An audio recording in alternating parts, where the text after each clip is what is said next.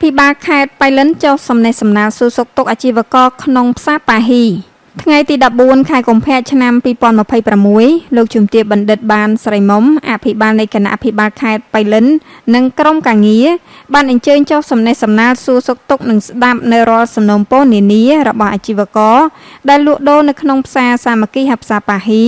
ស្ថិតនៅភូមិប៉ាហ៊ីជើងសង្កាត់បៃលិនក្រុងបៃលិនខេត្តបៃលិនលោកជំទាវបណ្ឌិតបានស្រីមុំអភិបាលខេត្តបៃលិនបានមានប្រសាសន៍លើកឡើងថាអាជ្ញាធរនិងមន្ត្រីជំនាញគ្រប់ជាន់ថ្នាក់គឺមានទូនាទីដោះស្រាយរាល់ទុក្ខលំបាកនិងសំណូមពររបស់ប្រជាពលរដ្ឋទាំងនៅតំបន់ទីផ្សារនិងនៅទីជនបទក្នុងគោលបំណងសម្រួលដល់ការប្រកបមុខរបរទទួលទានរបស់ប្រជាពលរដ្ឋដើម្បីលើកស្ទួយសេដ្ឋកិច្ចគ្រួសារឲ្យកាន់តែប្រសើរឡើងសម្ដៅរួមចំណែកអនុវត្តគោលនយោបាយកាត់បន្ថយភាពក្រីក្រក្រោមការដឹកនាំដ៏ត្រឹមត្រូវនិងប៉ិនប្រសប់របស់សម្ដេចមហាបវរធិបតីហ៊ុនម៉ាណែតនាយករដ្ឋមន្ត្រីនៃព្រះរាជាណាចក្រកម្ពុជាលោកជំទាវបណ្ឌិតអភិបាលខេត្តបានមានប្រសាសន៍បញ្ជាក់ថា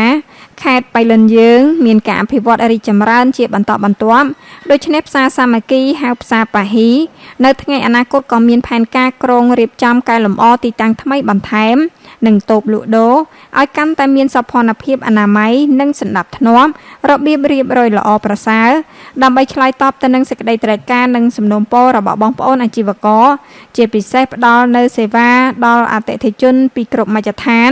រួមទាំងភ្ញៀវទេសចរជាតិអន្តរជាតិផងដែរនៅក្នុងឱកាសនោះលោកជំទាវបណ្ឌិតបានស្រីមុំក៏បានមានប្រសាសន៍សំណូមពរដល់បងប្អូនអាជីវករក្នុងផ្សារសាមគ្គី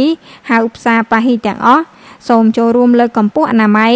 និងសោភ័ណភាពសាធារណៈដោយត្រូវដាក់ទំនិញលក់ដូរឲ្យមានសណ្ដាប់ធ្នាប់ជៀសវាងការដាក់តាំងលក់នៅលើចិញ្ចើមផ្លូវបណ្ដាលឲ្យកកស្ទះចរាចរណ៍ជាពិសេសគណៈគ្រប់គ្រងផ្សារត្រូវសហការជាមួយអាជ្ញាធរមូលដ្ឋាននិងមន្ត្រីជំនាញពាក់ព័ន្ធធ្វើការរៀបចំសណ្ដាប់ធ្នាប់និងសន្តិសុខផ្សារឲ្យបានល្អ